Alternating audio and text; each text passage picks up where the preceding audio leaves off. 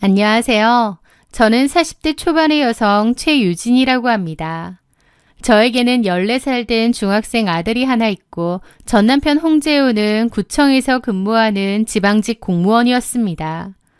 남편 홍재훈이 처음부터 공무원이었던 것은 아닙니다. 결혼 초창기 남편은 안정적인 직장을 얻기 위해 뒤늦게 공무원 시험 준비를 시작했거든요.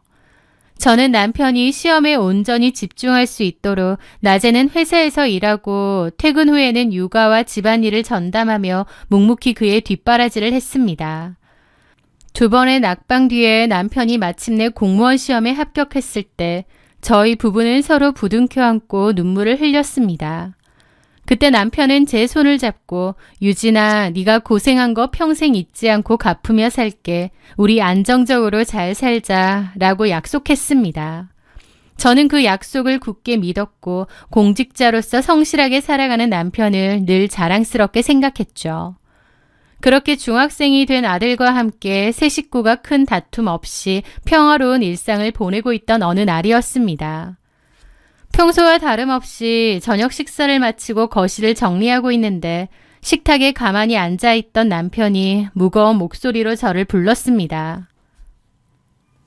유진아, 하던 거 멈추고 여기 앉아서 내 이야기 좀 들어봐. 남편의 표정이 유독 굳어 있었기에 직장에서 무슨 안 좋은 일이라도 생겼나 싶어 걱정스러운 마음으로 식탁 의자에 마주 앉았습니다. 하지만 남편의 입에서 나온 말은 제 예상을 완전히 빗나간 청천벽력 같은 소리였습니다. 우리 이혼하자. 오랫동안 생각해봤는데 우리 너무 안 맞는 것 같아. 내 남은 인생은 내가 원하는 대로 얽매이지 않고 자유롭게 살아보고 싶어. 당신한테는 미안하지만 서류 정리해줬으면 좋겠어. 갑작스러운 이혼 요구에 저는 귀를 의심했습니다. 평소 부부싸움이 잦았던 것도 아니고 경제적인 문제가 있었던 것도 아니었습니다. 남편은 최근 몇 달간 야근이 잦아지고 주말에도 특근을 핑계로 집을 비우는 일이 많아지긴 했지만 공무원 조직의 특성상 업무가 몰리면 그럴 수 있다고 생각하여 크게 신경 쓰진 않았습니다. 그런데 그 무심했던 시간들 끝에 돌아온 것이 뜬금없는 이혼 통보라니 도무지 상황이 납득되지 않았습니다. 여보, 갑자기 그게 무슨 소리야? 우리가 안 맞다니. 15년을 별탈 없이 잘 살아왔는데 갑자기 자유롭게 살고 싶다니. 내가 뭐 당신한테 잘못한 거라도 있어? 아니면 회사에서 무슨 일이라도 생겼어? 제가 당황하여 묻자 남편은 제 시선을 회피하며 애매한 변명만 늘어놓았습니다. 아니야, 당신 잘못은 없어. 그냥 내가 지쳐서 그래. 당신이랑 껍데기만 남은 부부로 사는 것도 힘들고 그냥 혼자 살고 싶어서 그러니까 복잡하게 생각하지 말고 합의해줘. 남편은 더 이상의 대화를 거부한 채 안방으로 들어가 버렸습니다. 저는 밤새 뜬 눈으로 지새우며 남편의 태도를 곱씹어 보았습니다. 단순히 지쳤다는 이유만으로 14살 된 아들까지 포기하고 이혼을 요구한다는 것은 상식적으로 앞뒤가 맞지 않았으니까요. 무언가 숨겨진 명확한 이유가 있을 것이라는 직감이 강하게 들었습니다. 며칠 동안 남편을 주의 깊게 관찰한 결과 저는 남편의 행동에서 몇 가지 이상한 점을 발견했습니다. 평소 거실에 아무렇게나 던져두던 스마트폰을 항상 화장실까지 챙겨 들어갔고 잠을 잘 때도 베개 밑에 폰을 숨겨두고 자더라고요. 또한 폰에 새로운 비밀번호가 걸려 있다는 사실도 알게 되었습니다. 진실을 알아야 했던 저는 남편이 잠든 새벽 조심스럽게 남편의 스마트폰을 꺼냈습니다. 비밀번호를 풀기 위해 남편의 생일, 아들 생일 등 여러 가지를 시도하다가 마침 하나가 들어맞아 덜컥 화면이 열렸습니다. 떨리는 손으로 모바일 메신저 앱을 열었어요. 그리고 가장 상단에 고정되어 있는 김소연이라는 이름의 대화방을 발견했습니다. 대화방을 여는 순간 심장이 멎는 듯한 충격을 받았습니다. 자기야, 와이프한테 얘기했어? 언제까지 기다리게 할 거야? 빨리 말하고 서류 도장 찍어. 나 자기 없이 하루도 못 살겠어. 주말에 못 보니까 너무 보고 싶어 죽겠어. 남편이 보낸 답장도 가관이었습니다. 이야기했어. 아직은 안 믿는 눈치인데 내가 어떻게든 빨리 정리하고 나갈게. 사랑해, 소연아. 조금만 기다려줘. 눈앞이 하얘졌습니다. 김소연이라는 이름은 남편의 입을 통해 몇 번 들어본 적이 있었습니다. 남편이 근무하는 구청부서에 새로 들어온 계약직 여직원이었습니다. 남편은 가끔 저녁 식사 자리에서 이번에 새로 들어온 계약직 직원이 일처리가 좀 서툴러서 가르치느라 피곤하다며 불평하듯 말하곤 했습니다. 그런데 알고 보니 그 여직원과 뒤에서 부적절한 관계를 맺고 있었던 것입니다. 15년의 결혼 생활을 헌신으로 버텨왔는데 같은 직장의 계약직 여직원과 바람이 나서 조강지처와 자식을 버리려 했다는 사실에 극심한 배신감과 모멸감이 밀려왔습니다. 프사를 눌러보니 김소연의 사진이 떴습니다. 그런데 바람피는 외모가 따로 있는 건 아니지만 외모만 보자면 너무 수더분하고 평범한 느낌이더라고요. 이런 불륜의 대화와는 너무 간극이 느껴져 기분이 더 이상했죠. 저는 그 즉시 남편을 흔들어 깨웠습니다. 잠에서 깬 남편은 제가 들고 있는 자신의 스마트폰과 메신저 화면을 보고는 사색이 되더군요. 이게 다 뭐야? 지쳐서 혼자 살고 싶어. 김소연이는 이 여자랑 바람나서 딴 살림 차리려고 나한테 이혼하자고 한 거네. 제가 증거를 들이밀며 소리치자 남편은 처음에는 당황하는 듯 하더니 이내 뻔뻔하게 적반하장으로 나왔습니다. 그래, 봤으면 어쩔 수 없네. 나 그 여자 진짜 사랑해. 당신이랑 살면서는 한 번도 느껴보지 못한 감정이야. 나 그 여자랑 살고 싶어. 남편의 입에서 나오는 진짜 사랑이라는 단어에 헛웃음이 터졌습니다. 미쳤어? 40대 중반에 무슨 진짜 사랑이야. 넌 그냥 어린 계약직 여직원이 알랑거리니까 헛바람 든 거잖아. 네가 공무원 시험 준비할 때 내가 어떻게 뒷바라지 했는데 어떻게 나한테 이럴 수가 있어? 그리고 우리 아이는 어쩔 건데. 이제 중학교 2학년인 아들이 부모가 이혼한다는 거 무슨 의미인지 생각이나 해봤겠어? 제가 아들 이야기를 꺼내며 핏대를 세우던 그때였습니다. 안방문이 아주 천천히 열리더니 14살 된 아들이 창백한 얼굴로 서 있는 것이 보였습니다. 밤중에 안방에서 들려오는 큰 소리에 잠이 깬 아들이 문 밖에서 저와 남편이 나누는 모든 대화를 고스란히 듣고 있었던 거죠. 충격을 받은 아들의 눈에는 눈물이 가득 고여 있었습니다. 엄마, 아빠가 바람 피워서 우리 버리고 다른 여자한테 간다는 거 그거 진짜야? 아들의 떨리는 목소리를 듣는 순간 제 가슴은 갈기갈기 찢어지는 것 같았습니다. 남편의 외도를 알았을 때보다 1000배, 10,000배는 더 고통스럽더라고요. 저는 서둘러 아들에게 다가가려 했지만 아들은 뒷걸음질을 치며 남편을 향해 원망 섞인 시선을 던졌습니다. 그런데 그 상황에서 남편이 아들에게 한 행동은 인간의 상식을 완전히 벗어난 것이었습니다. 보통의 아빠라면 아이 앞에서 자신의 치부가 드러난 것에 대해 부끄러워하고 사과를 했겠지만 남편은 오히려 아들에게 다가가 타이르듯 말했습니다. 준우야, 어른들 일은 네가 아직 어려서 다 이해하지 못할 수도 있어. 아빠도 사람인지라 살다 보면 진짜 마음이 가는 사람을 만날 때가 있는 거야. 엄마랑은 인연이 다 된 것뿐이지 아빠가 널 사랑하지 않는 건 아니야. 나중에 크면 아빠를 이해할 날이 올 거니까 너무 상처받지 마라.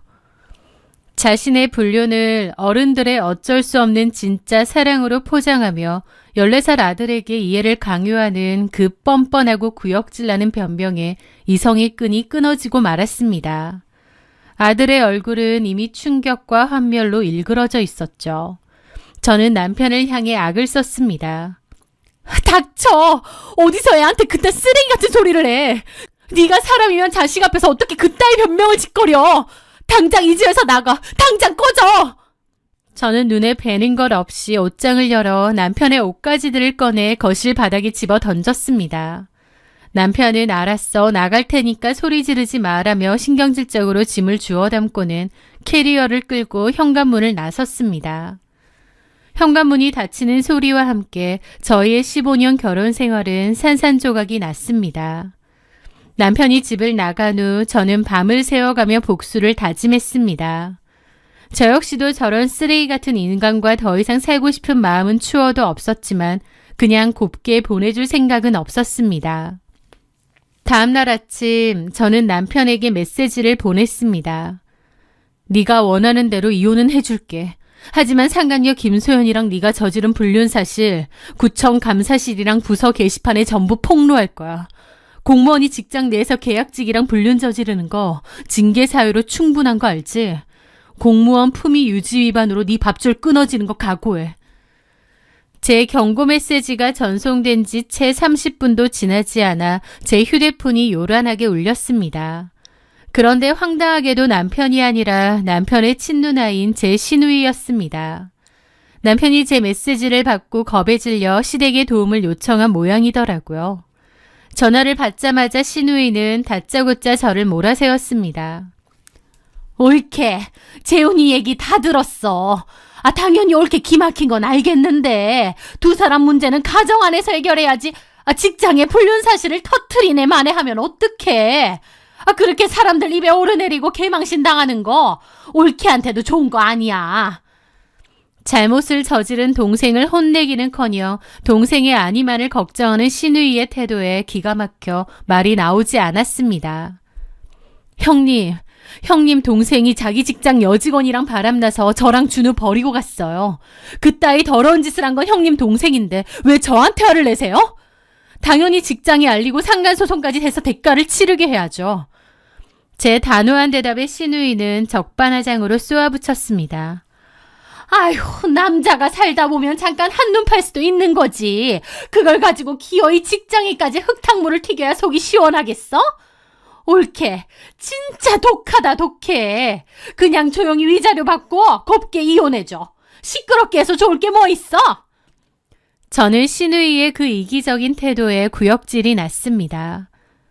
만약 고모부님이 딴 여자랑 눈 맞아서 이혼하자고 해도 형님은 바로 이혼해 주실 건가요? 형님도 자식 키우는 입장이면서 어떻게 저한테 그런 폭언을 하실 수가 있어요? 제가 전곡을 찌르자 시누이는 한치의 망설임도 없이 당당하게 대답했습니다. 내 남편이 딴 여자 좋다고 저러고 있으면 난 구질구질하게 안 매달려. 쿨하게 위자료 받고 끝내지. 그리고 올케처럼 남편 직장 찾아가서 회방 놓는 그런 짓은 안 해.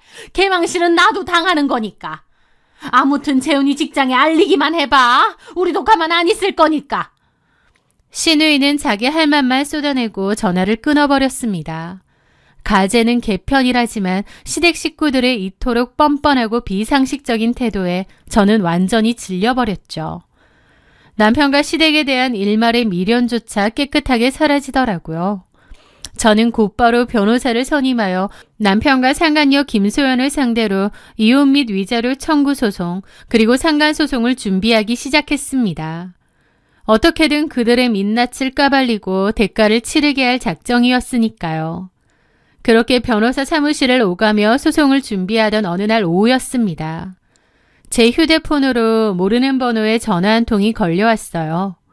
평소 모르는 번호는 잘 받지 않지만 혹시 변호사 사무실인가 싶어 통화 버튼을 눌렀죠. 여보세요? 수화기 너머로 무겁고 낮은 아주 낯선 남자의 목소리가 들려왔습니다. 저 혹시 홍재훈 씨 아내분 되십니까?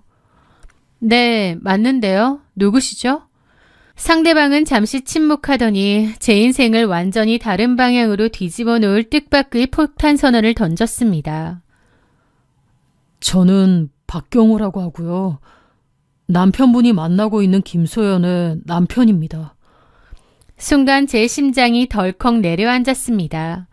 저는 그 김소연이 당연히 미혼일 거라 생각했는데 뜻밖에도 유부녀였더라고요.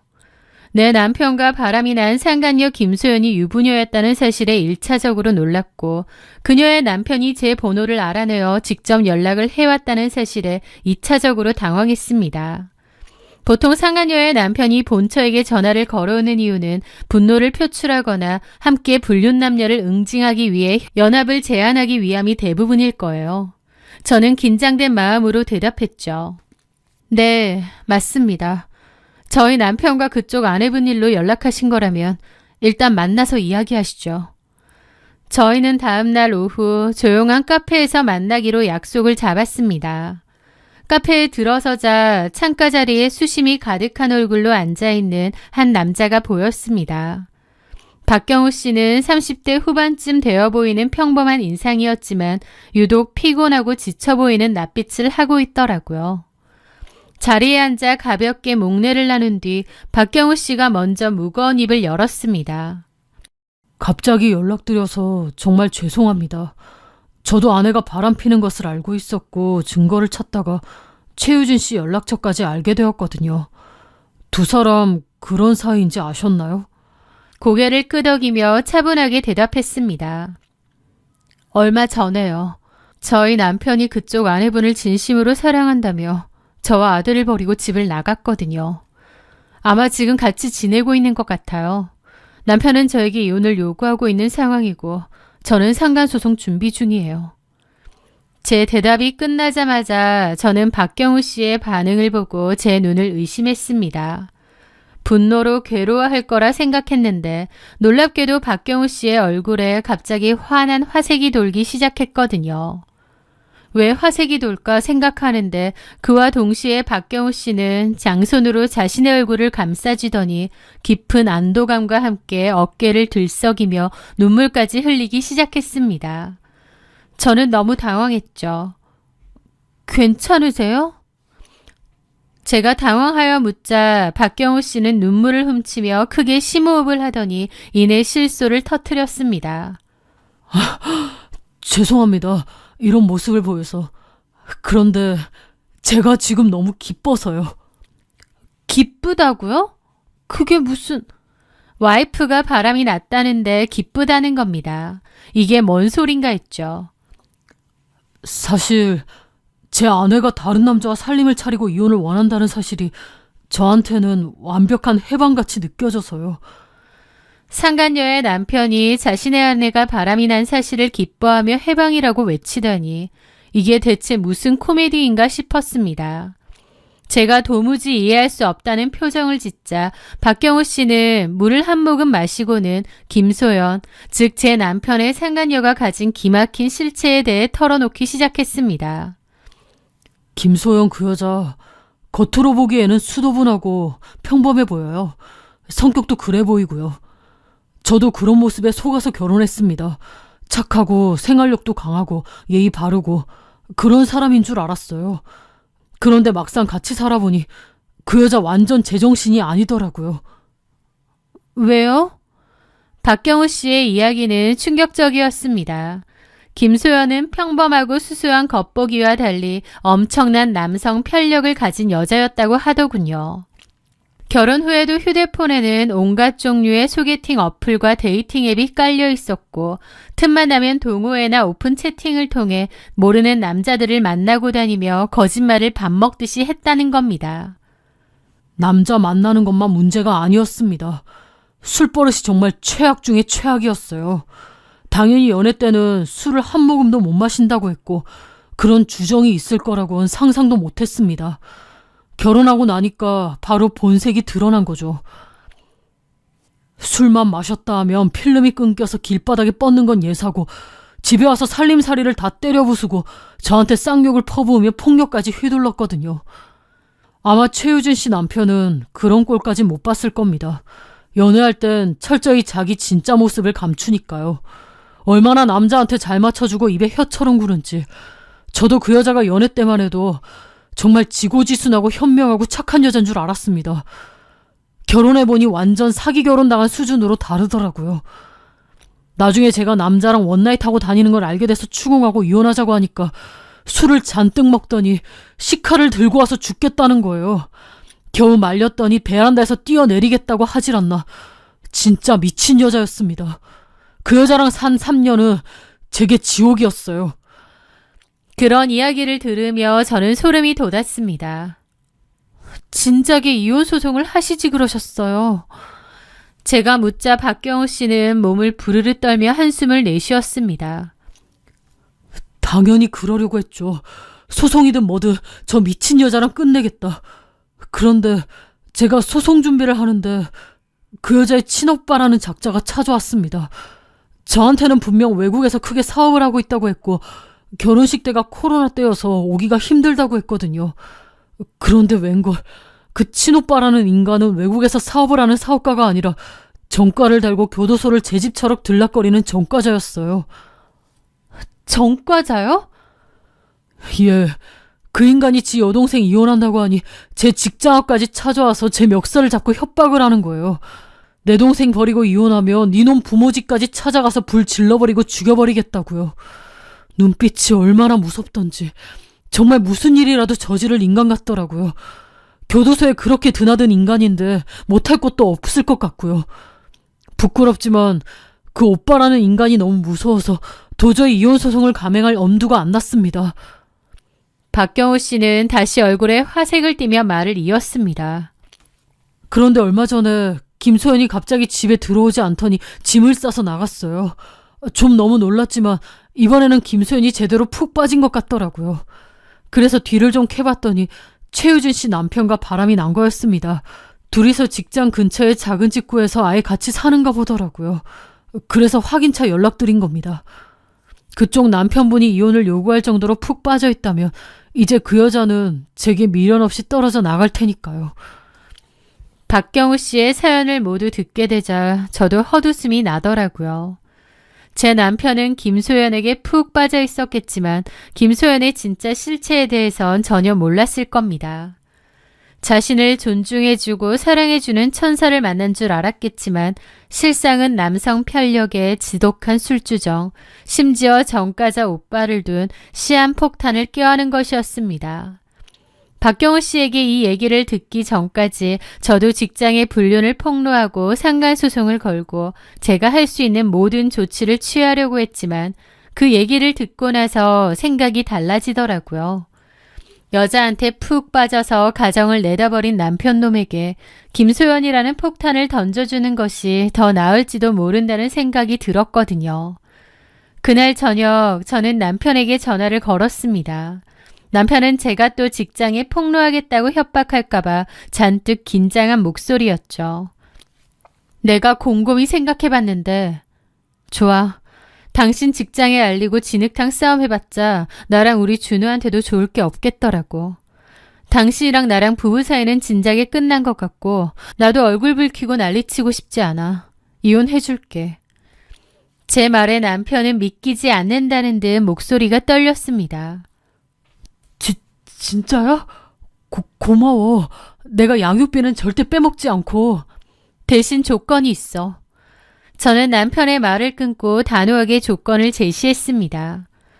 당신이 저지른지 그냥 넘어갈 만한 짓거리 아닌 거 충분히 알지. 나 솔직히 마음 같아선 당신 직장에도 알리고 상간 소송도 하고 떠들썩하게 내가 할 수 있는 거 다 하고 싶어. 그만큼 내가 느낀 배신감 상처 크니까. 그럼 알지. 이렇게 조용히 이혼해준다는 거 내가 당신한테 엄청난 관용을 베푸는 거야. 대신 지금 우리가 살고 있는 이 아파트 명의 나한테 100% 넘겨. 그리고 내 차, 통장에 있는 현금 자산 전부 내가 가져가는 걸로 재산분할 합의서 써. 그거 수락하면 내일 당장 법원 갈게. 남편은 잠시 망설이는 듯 했습니다. 아파트는 저희 부부 자산의 전부였으니까요. 아무리 김소연이라는 여자한테 흠뻑 빠져 있다지만 모든 재산을 저에게 넘긴다는 건 쉬운 일이 아니었을 겁니다. 하지만 저랑의 관계는 이미 끝장이 났고 소송으로 들어가봤자 불리하다는 걸 알았겠죠. 행여나 직장에 소문이라도 나면 체면을 중시하는 공무원 사회에서 발붙이기 힘들지도 모르고요. 그런 계산을 끝낸 남편은 결국 다른 소송 없이 조용히 끝내는 조건으로 제 조건을 받아들였습니다. 그 일은 일사천리로 진행되었습니다. 저는 변호사를 통해 합의이혼 서류와 재산분할 합의서를 완벽하게 공증받았죠. 집의 명의를 제 앞으로 완전히 돌려놓은 저는 남편과 깨끗이 끝을 냈습니다. 남편은 김소연과 함께 새로운 행복을 꿈꾸는 듯 했지만 김소연의 실체를 다 아는 저는 코웃음밖에 안 나왔죠. 그 와중에 박경우 씨 역시 김소연과 이혼 서류를 정리했다고 제게 연락해 왔습니다. 저의 남편 홍재용과 김소연은 그 누구의 방해도 받지 않는 완벽한 커플이 되었습니다. 하지만 그들이 꿈꾸던 핑크빛 로맨스는 한꺼풀만 벗겨내면 썩어 문드러진 지옥의 입구라는 사실을 홍재우는 까마득히 몰랐을 것입니다. 이혼 후 저는 새로운 생활에 적응하려 노력했습니다. 남편은 더 이상 없었고 저와 아들 둘이서 살아가야 했죠. 그렇게 아들과 함께 새로운 일상에 적응하며 1년을 보냈습니다. 신우이가 올케한테 집 뺏겼다 독하다며 뒤에서 욕을 한다는 소문이 들려왔지만 전혀 신경 쓰지 않았습니다. 그렇게 1년이 지난 어느 늦은 밤이었어요. 잠자리에 들려던 찰나 제 휴대폰이 요란하게 울렸죠. 무슨 일인가 싶어 받아보니 놀랍게도 응급실이었습니다. 여기 병원인데요. 홍재훈 씨가 심하게 다쳐서 실려오셨는데 긴급 연락처로 최유진 씨 번호를 말씀하셔서 연락드렸습니다. 1년 만에 듣는 전 남편의 이름, 그것도 응급실에 심하게 다쳐서 실려왔다는 소식에 저는 순간 등골이 오싹해졌습니다. 이혼 서류에 도장을 찍고 완벽한 남남이 된 지 벌써 1년이 지났건만 응급실에 실려간 전 남편이 보호자 연락처로 제 번호를 댔다는 사실이 어이가 없더라고요. 저는 조금의 동요도 없이 아주 차갑고 건조하게 대답했습니다. 아, 네. 그런데 어쩌죠? 저는 그 환자분과 1년 전에 이혼한 전처입니다. 법적으로 남남이고 제가 보호자로 갈 이유가 없네요. 환자분 스마트폰에 누나나 어머니라고 저장된 번호로 다시 연락해 보시길 바랍니다. 제가 전화를 끊으려 하자 간호사 옆에서 웅얼거리는 소리가 들리더니 이내 누군가 전화를 가로채는 소리가 났습니다. 유진아, 나야.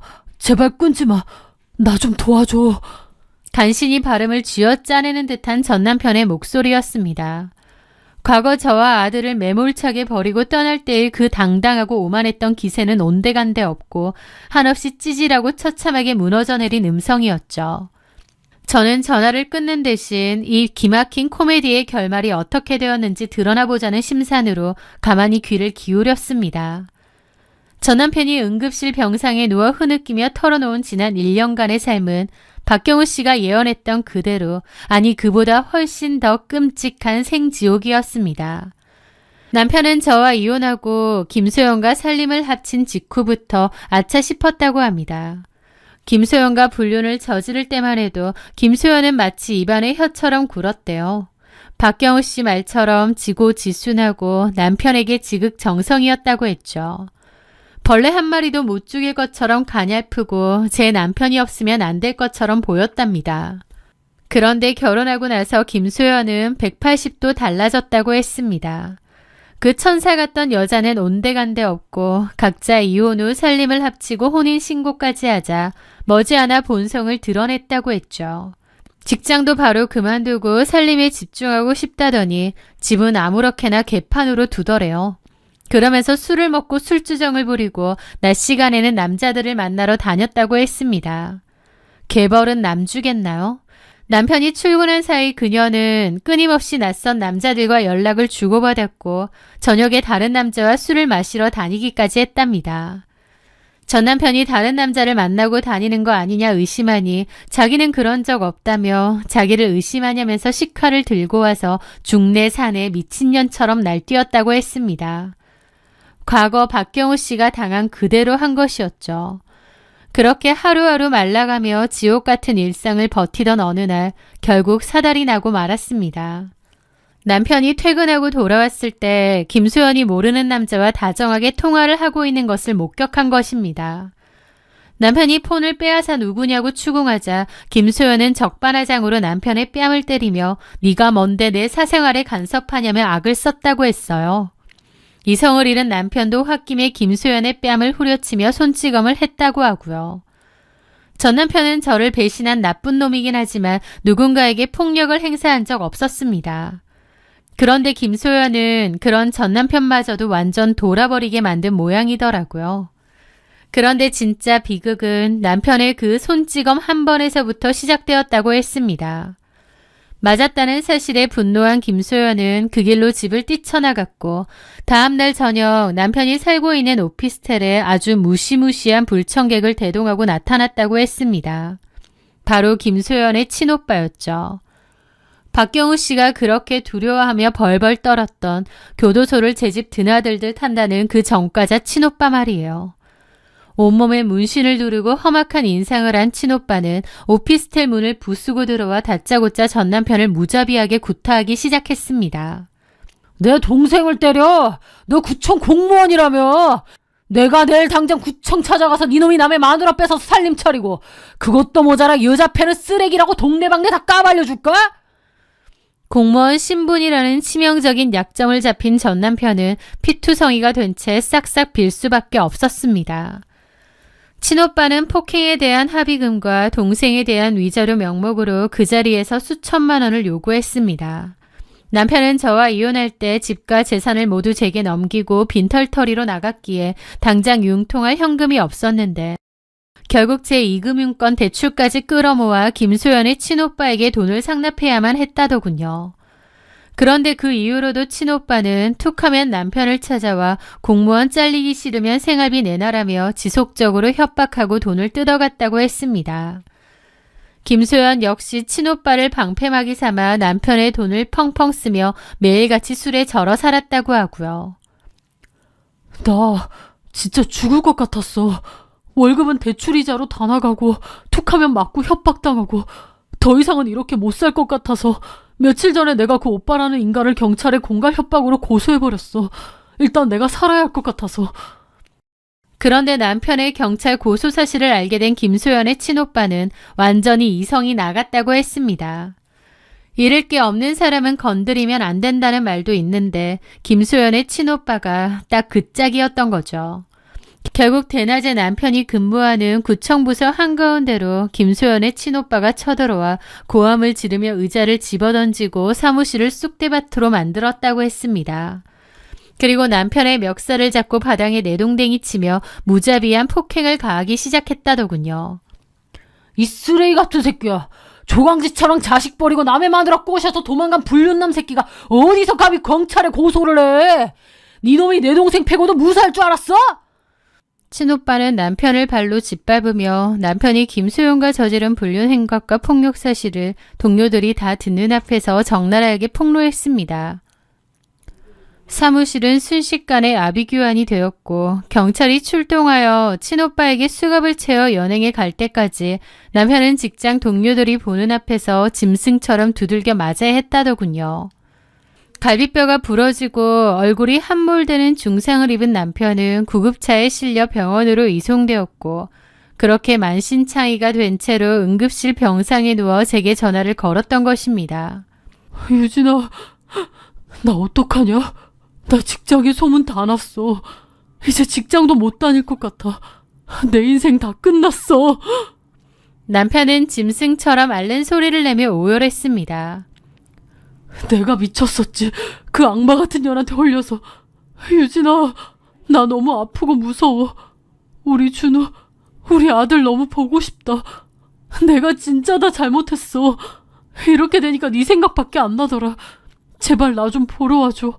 나 좀 살려줘.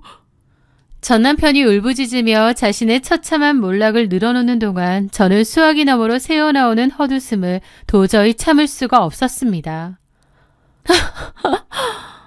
전화기 너머에서 흐느끼던 남편이 멈칫하더니 믿을 수 없다는 듯 물었습니다. 너 지금 웃은 거야? 저는 웃음기를 싹 꺼두고 아주 서늘하고 또박또박한 목소리로 대답했습니다. 미안해. 참으려고 했는데 웃음이 나오네. 당신 같으면 안 웃기겠니? 당신이 그렇게 목숨 걸고 선택한 진짜 사랑이잖아. 조강지처랑 14살짜리 아들 가슴에 대못 받고 떠났던 당신이 1년 만에 상간녀 오빠한테 흠씬 두들겨 맞고 직장에 다 까발려져서 응급실에 누워있는데 이게 안 웃기겠냐고. 남편은 아무 말도 하지 못한 채 거친 숨만 몰아쉬었습니다. 너 아무리 그래도... 이보세요, 홍재훈 씨. 누가 칼 들고 그 여자랑 불륜 저지르라고 협박했어요? 당신이 당신 두 발로 처자식 버리고 지옥불에 걸어 들어간 거잖아. 이제 와서 갈 곳 없으니 아들 핑계 대면서 매달리지 마. 언제부터 아들 생각했는데? 우리 준우?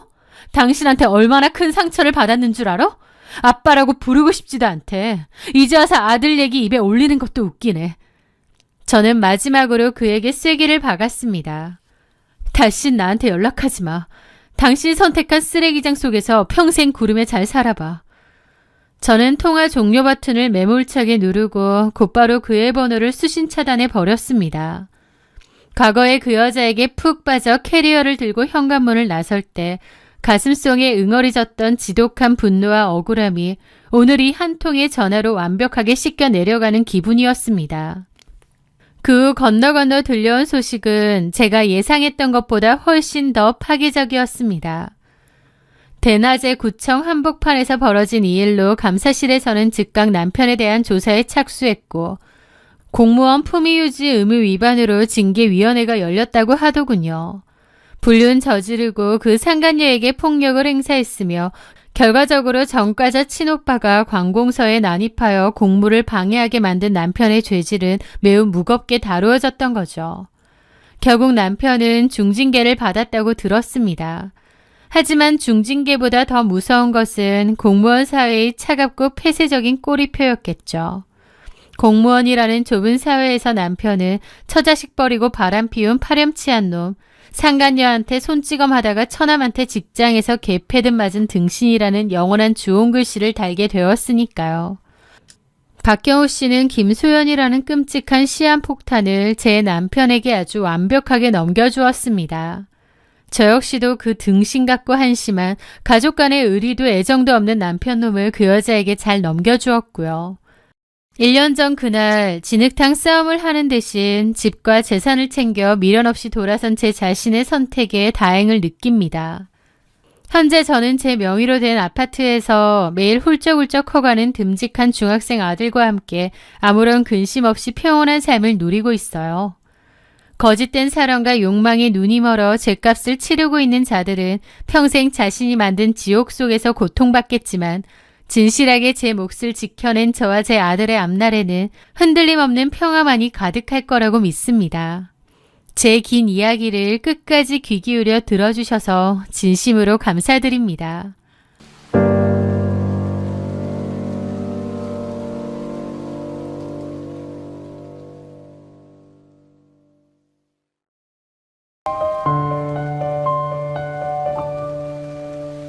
안녕하세요.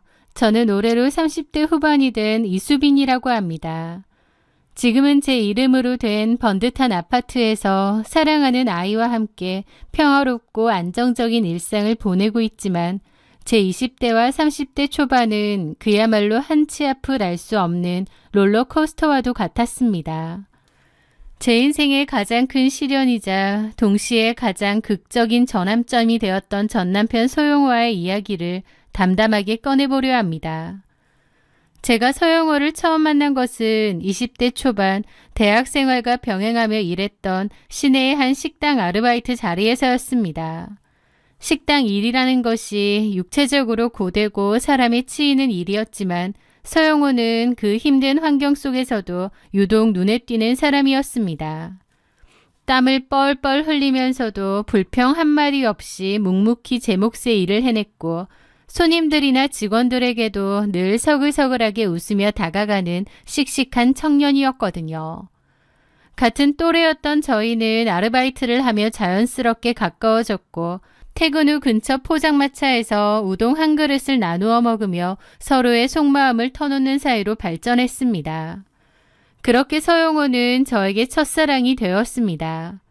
연인으로 발전한 후 용호는 제게 자신의 어두운 가정사를 조심스럽게 털어놓더라고요. 그는 부모님이 어릴 적 이혼하셨고 두 분 모두 각자의 삶을 찾아 떠나면서 어린 자신을 아무도 책임지지 않았다고 했습니다. 그래서 아주 어릴 때부터 할머니의 손에 맡겨져 자랐다고 하더라고요. 수빈아, 나는 정말 나중에 보란 듯이 잘 살고 싶어. 용호는 가끔 쓸쓸한 눈빛으로 허공을 응시하며 그렇게 말하곤 했습니다. 나를 짐짝 취급하고 버리고 간 부모님한테 내가 얼마나 번듯하게 성공해서 잘 사는지 꼭 보여줄 거야. 그래서 지금은 힘들어도 악착같이 버티는 거고. 그의 불우한 환경을 들었을 때 그를 동정하기보다는 오히려 깊은 존경심과 애틋함을 느꼈습니다. 부모님의 보살핌 없이 홀로 세상과 부딪히면서도 비뚤어지지 않고 그토록 성실하게 살아가는 모습이 짠하면서도 대견해 보였기 때문입니다. 저는 제가 가진 따뜻함으로 용호의 텅 빈 구석을 채워주고 싶었고, 우리가 함께 노력한다면 그가 원하는 번듯하고 안정적인 삶을 이룰 수 있을 거라 굳게 믿었습니다. 하지만 얼마 뒤 용호에게는 아주 거대한 시련이 찾아왔습니다. 용호를 평생 키워주셨던 그의 유일한 가족, 할머니께서 지병으로 갑작스럽게 세상을 떠나신 것이었죠. 장례식장은 참으로 삭막하고 쓸쓸했습니다. 조문객도 많지 않았던 그 텅 빈 빈소에 어릴 적 용호를 버렸던 친부모가 각자의 새로운 가족을 대동하고 잠시 얼굴을 비췄습니다. 그들은 용호의 슬픔을 위로하기보다는 장례 절차와 비용에 대해 사무적으로 묻고는 서둘러 자리를 떴습니다. 유일한 버팀목이었던 할머니의 죽음 앞에서 자신을 여전히 남처럼 대하는 부모의 모습을 확인한 용호는 그날 완전히 무너져 내렸습니다. 장례가 끝난 후 용호는 세상과 완전히 단절해버렸습니다. 성실하게 나가던 식당 아르바이트도 무단으로 그만두었고 학교마저 돌연 휴학으로 처리를 해버렸던 거죠. 당연히 제 연락도 받지 않았고요. 며칠을 애태우던 저는 결국 걱정스러운 마음에 용호가 살고 있는 낡은 자취방으로 찾아갔어요. 굳게 닫힌 문을 두드려 간신히 들어간 용호의 방은 그야말로 폐허 같더군요. 대낮임에도 두꺼운 커튼이 쳐져 있어 빛 한 줌 들어오지 않았고 방 안에는 먹다 남은 배달 음식 쓰레기와 퀴퀴한 냄새가 진동을 했죠. 용호는 씻지도 않은 덥수룩한 얼굴로 컴퓨터 모니터 불빛에만 의지한 채 초점 없는 눈으로 게임만 하고 있었습니다. 저는 창문을 활짝 열어 환기를 시키고 흩어진 쓰레기들을 치우며 그에게 제발 정신을 차리라고 설득했습니다. 하지만 용호는 저를 차갑게 밀어냈습니다. 나 같은 놈 인생에 엮여서 고생하지 말고 그냥 가라. 우리 여기서 헤어지자. 나 이제 어떻게 살아야 할지도 모르겠고 아무런 의욕도 없어. 넌 좋은 애니까 나보다 훨씬 좋은 사람 만나서 잘 살아. 스스로를 시궁창에 처박으며 저를 밀어내는 그의 모습에 가슴이 아팠습니다. 지금 생각해보면 그가 그렇게 선을 그었을 때 뒤돌아서 제 인생을 살았어야 했습니다. 하지만 20대의 저는 어리석을 정도로 순수했고 내가 아니면 이 불쌍한 사람을 누가 챙기겠나 하는 일종의 구원자 콤플렉스에 빠져 있었던 것 같아요. 저는 그의 이별 통보를 무시하고 다음 날도 그 다음 날도 그의 자취방을 찾았습니다. 아무 말 없이 쓰레기를 치워주고 따뜻한 국을 끓여 밥을 차려놓고 멍하니 앉아있는 그의 등 뒤에서 그저 일상적인 이야기들을 조잘거렸습니다. 그렇게 한 달 가까이 지독한 정성을 쏟아부었죠. 제 지극한 정성이 통했던 것일까요? 어느 날 제가 자취방 문을 열고 들어섰을 때 방 안은 말끔하게 치워져 있었고 용호는 면도를 하고 깨끗하게 씻은 모습으로 저를 기다리고 있었습니다. 그는 제 손을 잡고 눈물을 뚝뚝 흘리며 말했죠. 수빈아, 미안해.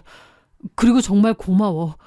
주변에 아는 선배가 내 꼴을 보더니 너같이 바닥까지 끌어안아주는 여자는 평생에 2번 다시 못 만난다고 무조건 잡으라고 하더라. 나 다시 정신 차리고 예전처럼 열심히 살아볼게.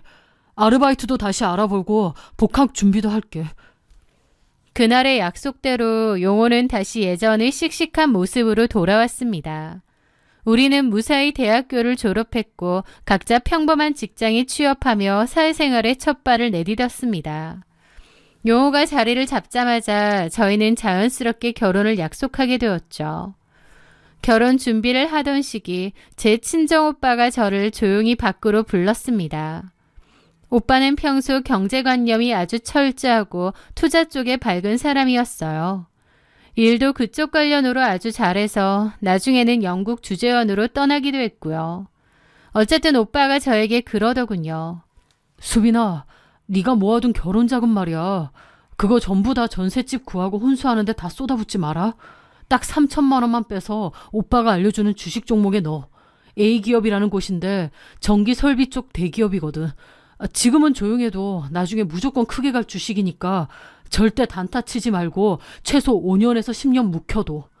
그리고 중요한 건 이 돈 서서방한테는 절대 죽을 때까지 말하지 마. 남편이라도 네 비상금 하나는 있어야 해. 저는 오빠의 말을 전적으로 신뢰했습니다. 남편을 속인다는 것이 조금 마음에 걸리긴 했지만 만약을 대비한 비상금이라는 오빠의 말이 일리가 있다고 생각했습니다. 저는 오빠가 알려준 그 전기설비 대기업의 주식을 주당 5만 원 정도의 가격에 3천만 원어치 매수했고 주식앱은 아예 휴대폰 뒷면 폴더에 숨겨둔 채 까맣게 잊고 살기로 했습니다. 용호에게는 3천만 원을 뺀 남은 돈을 합쳐 평범한 빌라 전셋집에서 소박한 신혼생활을 시작했죠. 결혼 초기에는 모든 것이 순조로웠습니다. 얼마 지나지 않아 예쁜 첫아이도 임신하며 저희의 행복은 완성되는 듯 했거든요. 하지만 남편의 깊은 내면에 잠재되어 있던 한방에 대한 욕망과 조급함이 결국 화를 불러오고 말았습니다. 어느 날 퇴근하고 돌아온 남편이 잔뜩 상기된 얼굴로 제게 말했습니다. 여보, 우리 회사 박대리 알지? 그 형이 이번에 주식 단타로 한 달 만에 자기 연봉을 벌었대. 나도 옆에서 어깨너머로 좀 봤는데 흐름만 잘 타면 월급쟁이보다 훨씬 낫겠더라고. 나도 비상금으로 조금만 굴려볼까 해. 저는 많이는 하지 않겠다는 말을 믿고 취미 겸 투자 연습 겸 해보는 것도 좋을 것 같다고 했습니다. 처음 몇 주 동안은 남편의 말이 맞는 듯 했습니다. 며칠 만에 몇십만 원, 때로는 100만 원 가까운 수익을 냈고 남편은 기세 등등했죠. 하지만 달콤한 수익은 그를 서서히 도박꾼으로 만들어갔습니다. 점차 투자 금액을 늘려가던 남편은 어느 날 폭탄 선언을 했습니다. 자기야, 나 오늘 회사에 사표 냈어. 내가 본격적으로 전업 투자하면 지금 월급의 2~3배는 거뜬히 벌 수 있어. 당신이랑 곧 태어날 우리 아이 진짜 남부럽지 않게 떵떵거리며 살게 해줄게. 나 한 번만 믿어줘. 저는 눈앞이 캄캄해졌습니다. 아이가 태어날 날이 머지 않았는데 멀쩡한 직장을 그만두고 전업 투자를 하겠다니요. 저는 울며 불며 뜯어말렸지만 이미 눈이 뒤집힌 남편을 막을 수는 없었습니다. 그날부터 저희 집 거실 한 구석에는 모니터 여러 대가 설치되었습니다. 남편은 아침 9시부터 오후 3시 반까지 화장실도 가지 않고 빨간색과 파란색이 명멸하는 모니터 앞만 뚫어져라 쳐다보더라고요.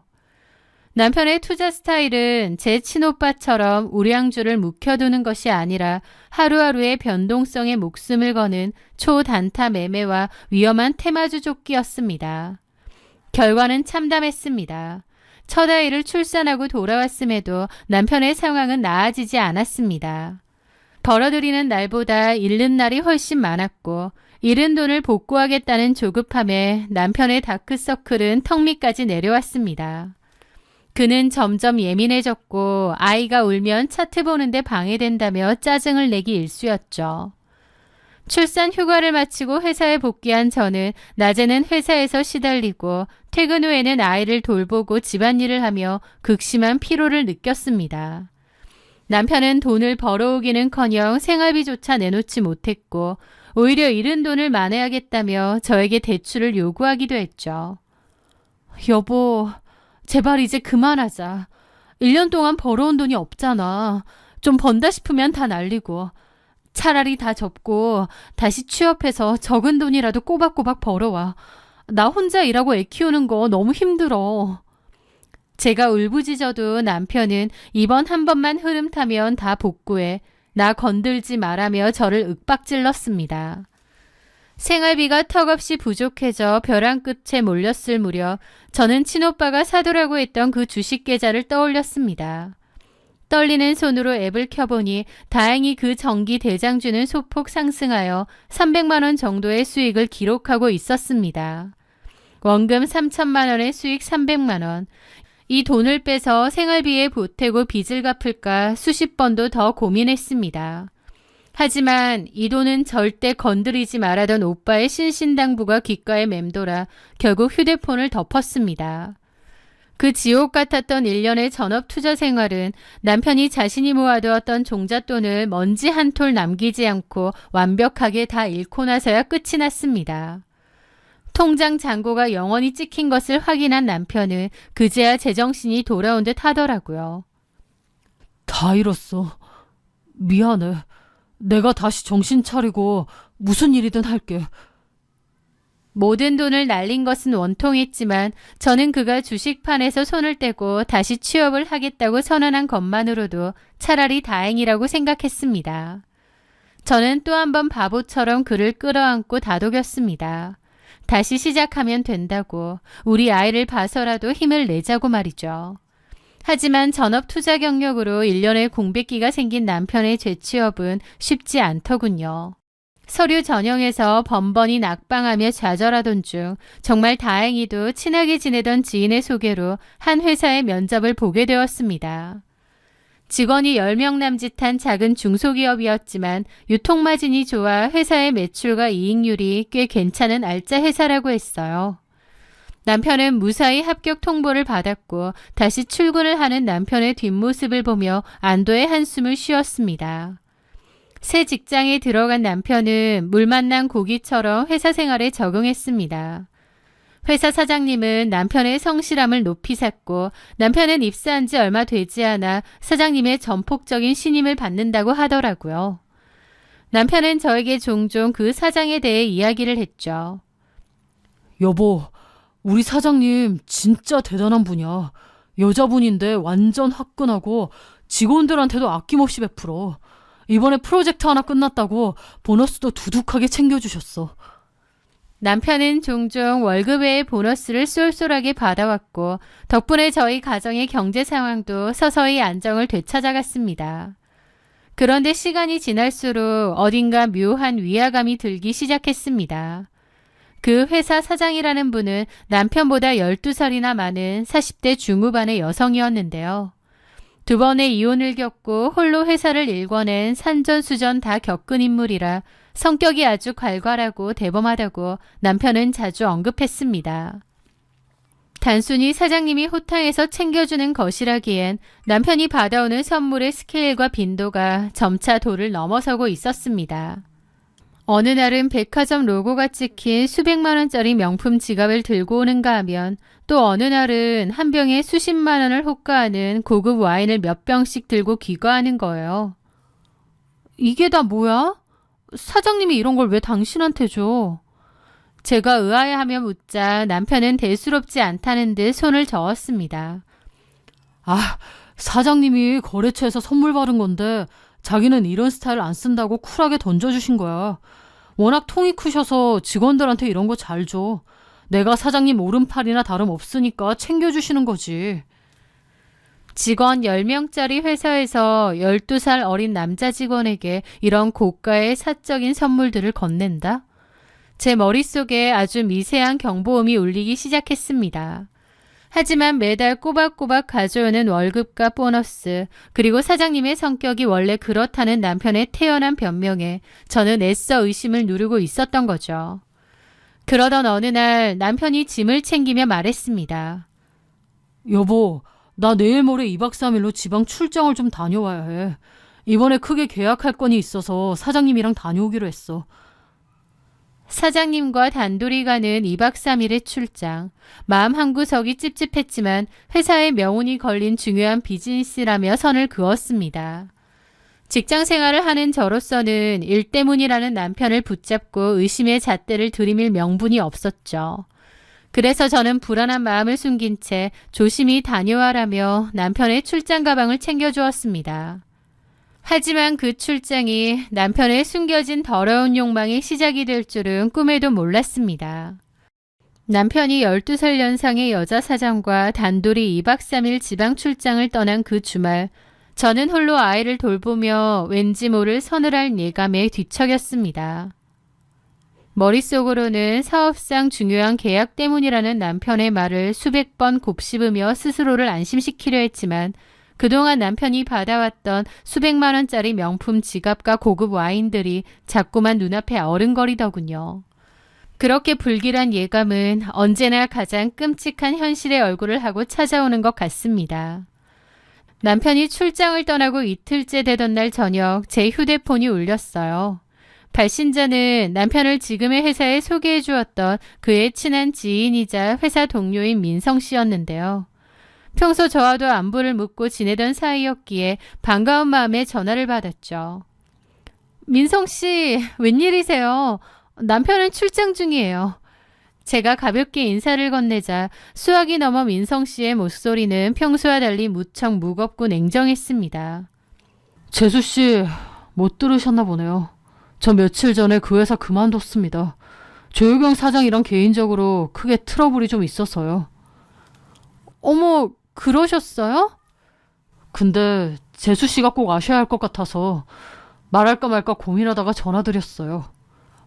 저한테요? 뭔데요? 민성 씨의 입에서 나온 이야기는 제 이성을 산산조각 내기에 충분했습니다. 저 회사 그만둔 거 기본적으로는 조효경 사장이랑 트러블 때문이긴 한데 다른 이유도 좀 있거든요. 용호 때문에요. 저희 남편 때문에요? 왜요? 참 가만 보고 있자니 아무리 소영호가 제 친구라고 해도 역겹고 더러워서 더 이상 보기가 싫더라고요. 네? 뭐가?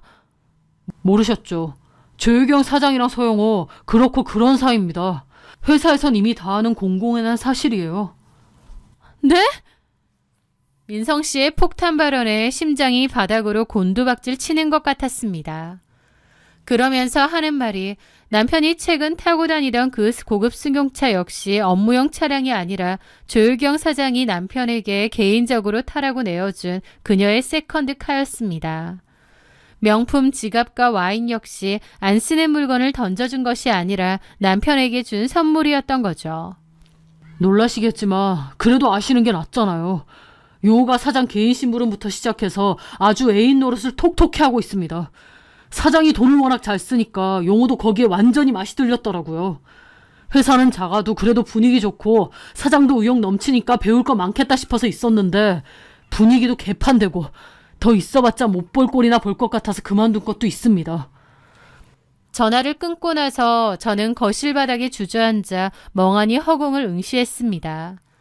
배신감이라는 단어로는 설명할 수 없는 깊은 모멸감이 밀려오더라고요. 남편이 주식으로 모은 돈을 탕진하고 백수 생활을 할 때 저는 묵묵히 생활비를 벌며 그를 뒷바라지했습니다. 그런데 간신히 재취업해서 자리 좀 잡는가 싶더니 이제는 12살이나 많은 돈 많은 이혼녀 사장의 스폰을 받으며 불륜을 저지르고 있었다니. 남편에 대해 어느 정도는 알고 있었지만 애초에 제 남편은 땀 흘려 일하는 성실함보다 한 방을 바라고 쉽게 부와 허영을 누리고 싶어 하긴 했어요. 그런데 아무리 그래도 사장이랑 이렇게 바람까지 필 거라고 상상도 못했습니다. 다음날 저녁 출장이라는 명목으로 밀월 여행을 마치고 돌아온 남편은 콧노래를 부르며 현관을 들어서더군요. 저는 남편에게 단도직입적으로 물었습니다. 당신 사장이랑 둘이 간 거 출장 아니지? 민성 씨가 그러더라. 사장이랑 당신 그 더러운 불륜짓거리 하는 꼴 보기 역겨워서 그만뒀다고. 남편의 얼굴은 당황으로 일그러졌고 눈동자는 이리저리 흔들렸습니다. 그러더니 아이씨, 최민성이 개새끼. 민성 씨한테 욕을 하는 거 보니 사실이 맞는가 보더라고요. 그런데 남편은 깊은 한숨을 내쉬더니 제가 예상치 못한 뻔뻔한 대답을 내놓았습니다. 그래 맞아. 틀린 얘기 아니야. 존경할 만한 분이었고 배울 게 많아서 가깝게 지내다가 피가 거꾸로 솟았습니다. 12살 많은 여자와 불륜해놓고 존경 소리가 나오는데 기가 턱 막히더라고요. 미쳤구나. 애 아빠가 12살이나 많은 여자 사장이랑 바람나면서 존경? 배움? 너 지금 그게 뭔 줄 알아? 그 여자가 사주는 명품이랑 비싼 차가 탐나서 몸을 파는 거랑 다를 게 없잖아. 제가 악을 쓰자 남편도 지지 않고 목소리를 높였습니다. 몸을 판다니. 말 그따위로 하지 마. 그럼 틀렸어? 그런 말은 또 기분 나쁜가 보지? 그러자 남편이 저를 노려보더라고요. 그래, 나 돈 좋아해. 나도 남들처럼 떵떵거리고 비싼 밥 먹고 좋은 차 타면서 부럽게 인생 살고 싶어. 평생 아등바등 월급 모아서 전세 대출 갚는 구질구질한 인생 이제 지긋지긋하다고. 사장님 옆에 있으면 내가 진짜 대단한 사람이 된 것 같아. 진짜 미쳤네. 그래서 어쩌자는 거야? 당신이 이런 내 모습 이해하고 참아줄 수 있으면 이혼 안 하고 사는 거고, 아니면 그냥 이혼해. 나도 솔직히 내 인생 구질구질하게 묶여있고 싶지 않아. 이렇게 살면 앞으로도 계속 이렇게만 살겠지. 구질구질하게 별거 없이. 그 순간 저는 남편 소용호라는 인간의 진짜 밑바닥을 완벽하게 확인했습니다. 그는 어린 시절 자신을 버린 부모에게 보란듯이 성공하고 싶다고 했지만 그 성공의 방식이 성실함은 아니었던 것 같더군요. 늘 한 방을 원했던 그 사람은 돈 많은 사장에게 스폰을 받더라도 잘 먹고 잘 살고 싶은 욕심만 이루면 되는 사람이었어요. 그 순간 남편이 요행과 헛바람에 찌든 기생충처럼 보이더라고요. 하지만 먼저 이혼을 요구한다는 게 너무 뻔뻔하게 느껴졌죠. 이혼? 네가 뭔데 이혼을 요구해? 내가 누구 좋으라고 이혼을 해? 제가 완강하게 버티자 남편은 욕설을 내뱉으며 그 자리에서 자신의 옷가지를 몇 개 챙겨 집을 나가버렸습니다. 그 길로 남편은 집에 들어오지 않았고 조효경 사장의 곁에 머물며 기둥서방 노릇을 시작한 모양이었어요. 혼자 남겨진 저는 지옥 같은 나날을 보냈습니다. 변호사를 찾아가 상담도 받아보고 나름 불륜 증거도 차곡차곡 모았습니다. 하지만 막상 이혼 서류를 작성하려니 펜이 쥐어지지 않았습니다. 이렇게 물러나는 것이 그들을 도와주는 꼴이 될까봐 너무 분하기도 하고 어린아이를 아빠 없는 아이로 키워야 한다는 저 혼자 일해서 아이를 키워야 한다는 현실적인 두려움도 저를 짓눌렀죠. 이 소식을 전해 들은 친정 식구들은 그런 미친놈이랑 왜 엮여있냐, 당장 이혼하고 위자료 받아내라며 저를 채근했지만 제 마음속의 결단은 쉽게 내려지지 않았습니다. 그러던 어느 날 밤 제 인생을 송두리째 뒤바꿔 놓은 전화 한 통이 걸려왔습니다. 해외지사로 발령받아 나가 있던 친정오빠의 전화였습니다. 수빈아, 너 남편이랑 이혼 문제로 골치 아프다며? 왜 고민하는데? 돈 때문에? 그런 것도 없지 않아 있지. 아무래도. 너 내가 결혼할 때 사두라고 했던 그 주식 A기업 그거 안 팔고 그대로 가지고 있지? 맞아. 왜? 너 아직 모르는구나. 당장 계좌 열어서 확인해봐. 저는 오빠가 그냥 묵혀두라고 해서 앱도 삭제했거든요. 다시 증권사 앱을 설치하고 비밀번호를 눌렀습니다.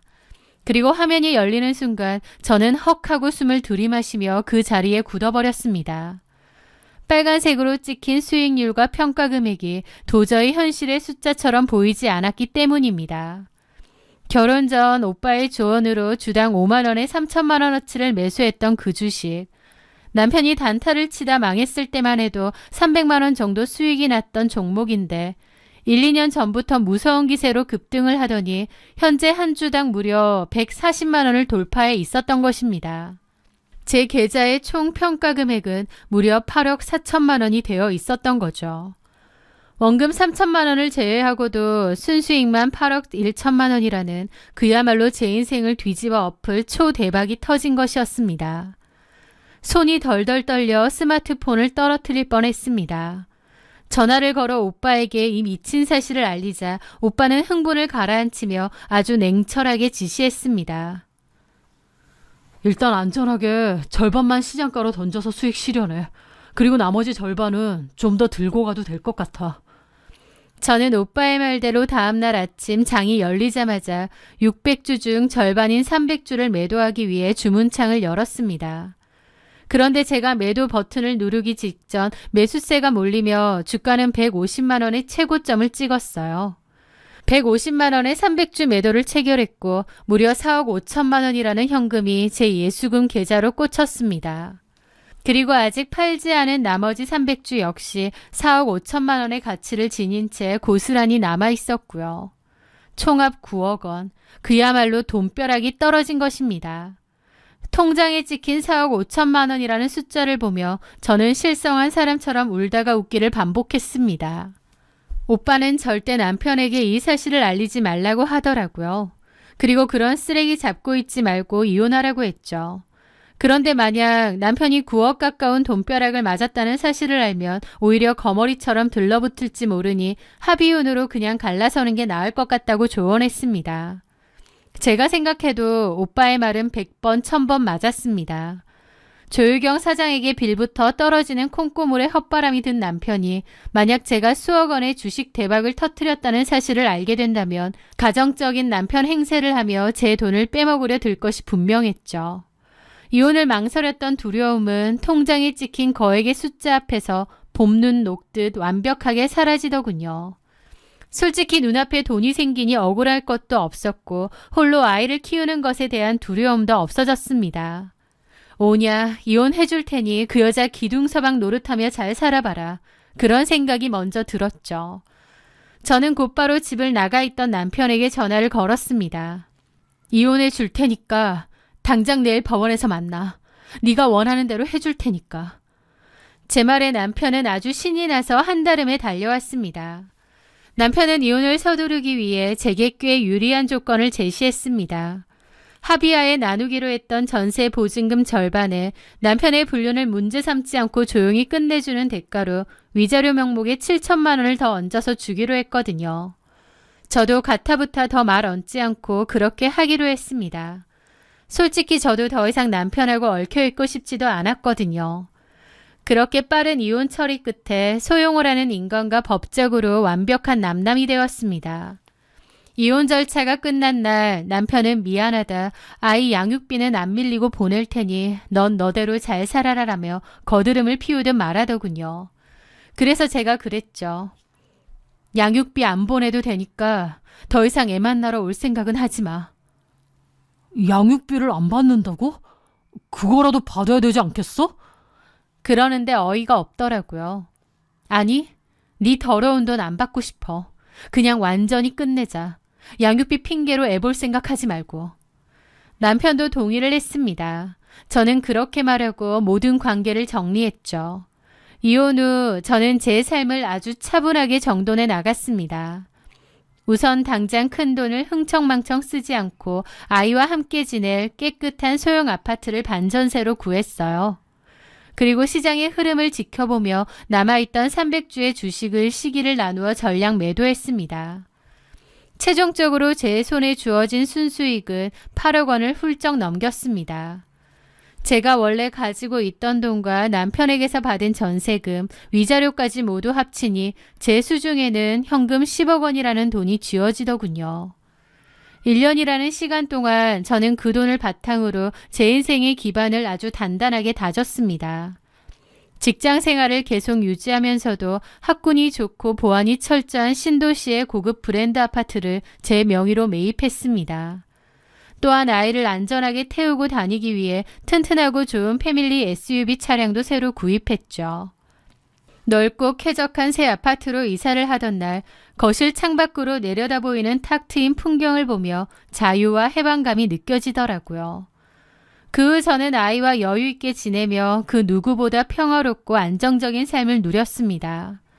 전 남편 역시 들리는 소문에 의하면 그는 12살 연상의 조효경 사장과 동거를 시작하며 그녀가 사주는 명품 옷을 입고 고급 외제차를 끌고 다니며 젊은 애인 노릇에 흠뻑 취해 있는 것 같더군요. 자식까지 내팽개치고 얻어낸 그 기생충 같은 삶이 즐겁다면 그것도 그의 선택이려니 생각하며 저 역시 그를 제 기억 속에서 완전히 지워버렸습니다. 그렇게 완벽한 남남으로 2년 남짓한 시간이 흘렀습니다. 제 삶은 변함없이 고요하고 풍족했지만 그 사이 거짓된 허영 위에 지어진 전 남편의 인생은 무참히 무너져 내리고 있었습니다. 어느 주말 과거 남편의 동료이자 제게 조유경 사장과의 불륜 사실을 처음 알려주었던 민성 씨에게서 연락이 왔습니다. 여전히 같은 업계에서 일하고 있던 민성 씨는 제게 헛웃음을 치며 전 남편의 기막힌 근황을 전해주더군요. 재수 씨, 소영호 그 자식 지금 조유경 사장이랑 이혼 소송 중이랍니다. 회사에서도 쫓겨나고 길바닥에 나앉게 생겨서 볼만하더라고요. 민성 씨의 이야기를 들어보니 상황은 이러했습니다. 두 번의 이혼 경력이 있었던 조유경 사장에게 전 남편처럼 젊고 반듯한 외모를 가진 남자는 그저 잠시 데리고 놀기 좋은 장난감에 불과했던 모양입니다. 처음에는 전 남편이 고분고분 비위를 맞추니 비싼 차도 사주고 용돈도 주며 데리고 살았지만 전 남편도 그 사이에 돈 좀 벌어본다고 여기저기 투자하다가 말아먹고 조유경 사장 돈을 야금야금 까먹은 모양이에요. 2년쯤 지나자 조유경 사장도 완전 학을 뗀 거죠. 이혼을 2번이나 한 사람이니 3번째 이혼은 일도 아니었을 겁니다. 조유경 사장은 전 남편에게 일방적으로 이별을 통보하고 회사에서도 해고해버렸다고 했죠. 돈줄이 끊기고 오갈 데 없는 백수 신세가 된 전 남편은 현실을 받아들이지 못하고 발악을 한 모양입니다. 자신의 권리를 주장하며 이혼 무효 및 재산분할 청구 소송을 걸고 부당해고로 노동부에도 신고를 했대요. 하지만 재산분할에 대해서는 남편이 기여한 바가 전혀 없었고 오히려 조유경 사장의 돈을 탕진했기에 전 남편에게 절대적으로 불리하게 돌아가고 있다고 했습니다. 변호사 비용조차 감당하기 힘든 전 남편은 아주 밑바닥까지 추락하여 진흙탕 싸움을 벌이고 있다고 하더라고요. 민성 씨는 다소 신나서 저에게 얘기를 전해주었지만 저는 좀 씁쓸하기도 했습니다. 어쩌면 당연한 결과라고 생각하면서도 참 어리석었구나 싶기도 하더라고요. 그로부터 며칠 뒤 제 휴대폰으로 아주 낯선 그러나 잊을 수 없는 번호로 전화가 걸려왔습니다. 전 남편 소영호였죠. 소송 문제로 궁지에 몰리고 주변 사람들에게 손을 벌리다 못해 결국 제게까지 아쉬운 소리를 하거나 아이를 핑계로 접근하려는 속셈이 분명했습니다. 저는 일단 뭐라고 하나 싶어 전화를 받았는데 전 남편은 어떻게 알았는지 제가 대박난 사실을 알고 있더라고요. 수빈아, 너 주식으로 초대박 났다며? 그건 또 어떻게 알았대? 설마 나랑 살 때 샀던 주식이야? 만약 그런 거라며 나도 권리 있었던 거 아니야? 그러는데 어이가 없더라고요. 결혼 사이에 생긴 주식이면 어떻게든 손을 뻗어보려 한 것 같은데 끝까지 치가 떨렸습니다. 권리 같은 소리 하네. 결혼 전에 샀던 거야. 너는 아무 권리도 없어. 그런 게 있으면서 왜 말 안 했었어? 내가 왜 얘기해야 되는데? 그런 얘기하려고 전화했어? 얼마 벌었는데? 저는 그냥 끊으려다 약 올려주고 싶어서 말했습니다. 9억. 9억? 9억이라고? 전 남편은 말을 잇지 못하더라고요. 그러더니 갑자기 펑펑 우는 겁니다. 수빈아, 내가 미쳤었어. 내가 돌았었나 봐. 나 그 여자한테 팽당하고 빌터털이야. 나 소송에서도 져서 길바닥에 나앉게 생겼어. 그 여자한테 당하고 나니 이제 알겠더라. 내가 얼마나 소중한 걸 잊고 살았는지. 예전처럼 나 한 번만 다시 봐주면 안 될까? 우리 아이 생각해서라도 내가 평생 속죄하면서 머슴처럼 살게. 제발 나 한 번만 용서해줘. 구질구질하게 애원하며 매달리는데 소름이 끼칠 정도로 징그럽고 싫더라고요. 돈 냄새를 맡자마자 자존심이고 뭐고 기생하려는 역겨운 벌레처럼 말이죠. 그땐 내가 그랬지. 그때는 그게 사랑인 줄 알고. 그 사랑도 받을 만한 사람한테 했어야 하는 건데. 어리석었어. 당신이 울고불고 한다고 내가 마음을 돌리는 그런 멍청이라고 생각하는 건 아니지. 이제 당신이랑 나랑 인연은 아예 끝이야. 애 핑계도 대지 마. 정말 애 생각한다면 앞으로는 다시는 연락하지 말고 알아서 잘 살아. 그게 그나마 당신이 우리한테 할 수 있는 마지막 도움이야. 그의 처절한 울음소리와 후회의 절규를 들으며 전화를 끊었습니다. 만약 남편이 헛짓을 하지 않았다면 제가 벌어들인 수익금으로 함께 행복하게 잘 살았을지 모릅니다. 하지만 남편은 가족보다 당장 눈앞의 허영을 선택했죠. 너무 어리석고 불쌍한 인간이구나 싶으면서도 또 한편으론 언제든 저를 배신할 준비가 되어 있던 그런 쓰레기 같은 인간과 인연을 끝낸 건 복이구나 싶기도 합니다. 저는 이 소중한 보상을 저와 제 아이의 밝은 미래를 위해 지혜롭게 쓰며 당당하게 살아갈 것입니다. 제 길고 기막힌 이야기를 끝까지 들어주셔서 진심으로 감사드립니다.